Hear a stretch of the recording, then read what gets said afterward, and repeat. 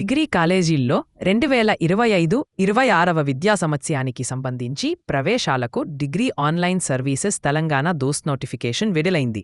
ఈ మేరకు ఉన్నత విద్యామండలి ప్రకటన జారీ చేసింది.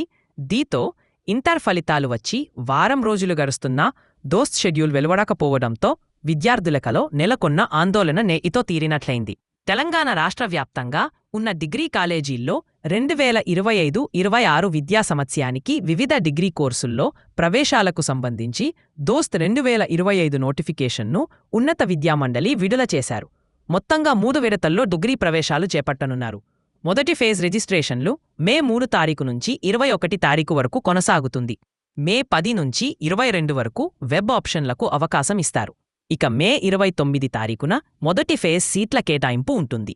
రెండో ఫేజ్ రిజిస్ట్రేషన్లు మే 30 తారీఖు నుంచి జూన్ 8 తారీఖు వరకు కొనసాగుతాయి.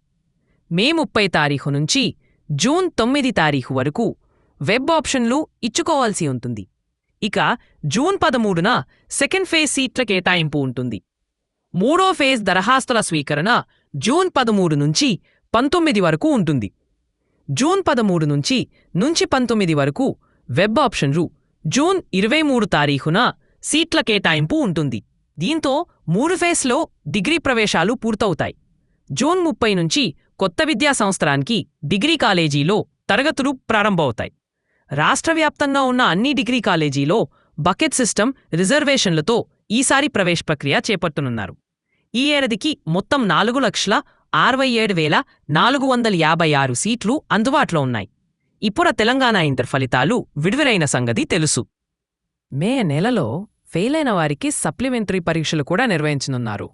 ఇక సప్లిమెంటరీ పరీక్షల ఫలితాలు కూడా వచ్చాక నెలాఖరు నుంచి సప్లిమెంటరీ విద్యార్థులకు కూడా దోస్త్ దరఖాస్తుల స్వీకరణ ప్రారంభమవుతుంది. ఇంటర్ మార్కులతో పాటు విద్యార్థులు ఎంచుకునే ఆప్షన్ల ఆధారంగా డిగ్రీ ప్రవేశాలు కల్పిస్తారు.